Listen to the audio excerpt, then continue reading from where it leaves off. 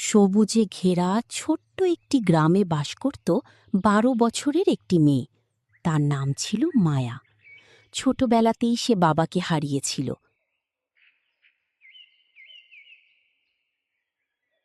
এখন অসুস্থ মাকে নিয়ে খুব কষ্টে দিন কাটত তাদের। মায়া, ঘরে আর এক মুঠো চালও নেই। আজ আমরা কি খাবো? মারে, কোথায় এখন তোকে দেখে রাখবো? তা না পুরো সংসারের দায়িত্ব তোর ওপর। তুমি চিন্তা করো না, আমি আজ কাজ খুঁজে আনব। আল্লাহ অবশ্যই আমাদের সাহায্য করবেন।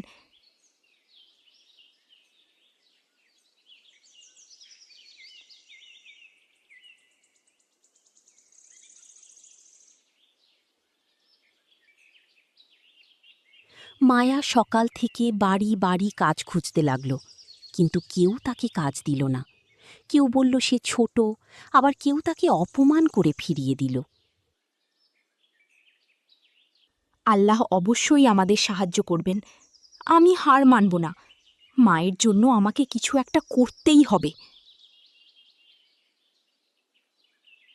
বাড়ি ফেরার পথে রাস্তার পাশে একটি কাপড়ের থলে দেখতে পেল মায়া। খুলে দেখল ভেতরে অনেক টাকা।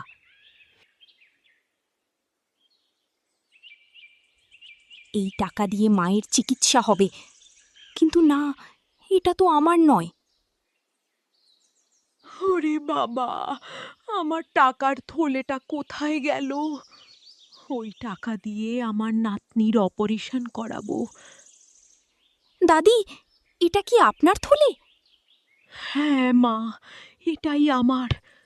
তুমি কোথায় পেলে? তুমি তো চাইলে টাকাগুলো রেখে দিতে পারতে। না দাদি, অন্যের জিনিস নেওয়া পাপ। কষ্ট করে খাওয়াই ভালো। বৃদ্ধা ছিলেন গ্রামের একজন ধনী ও দয়ালু সমাজসেবী। মায়ার সততা দেখে তিনি খুবই খুশি হলেন। মা, কাল আমি তোমাদের বাড়িতে আসব। পরদিন বৃদ্ধা মায়ার বাড়িতে এসে তাদের কষ্টের জীবন দেখে আবেগে কেঁদে ফেললেন।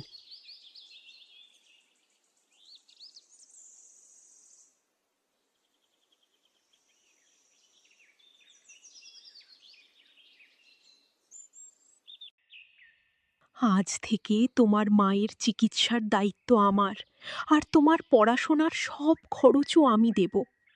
সত্যি দাদি, আপনাকে অনেক ধন্যবাদ।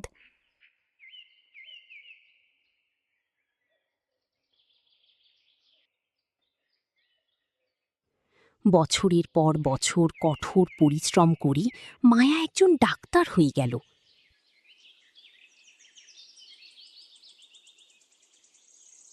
কিন্তু সে শহরে না থেকে নিজের গ্রামেই ফিরে এলো।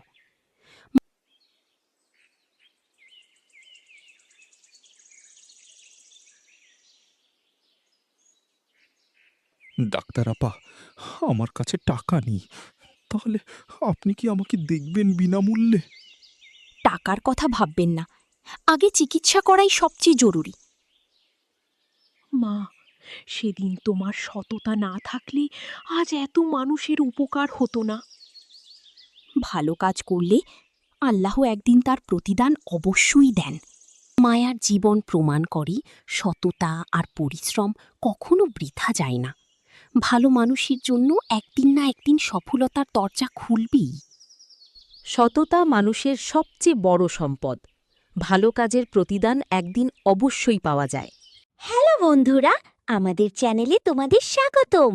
নতুন নতুন মজার ভিডিও দেখতে এক্ষুনি সাবস্ক্রাইব করো। ভিডিওটি ভালো লাগলে একটা লাইক দিতে ভুলো না।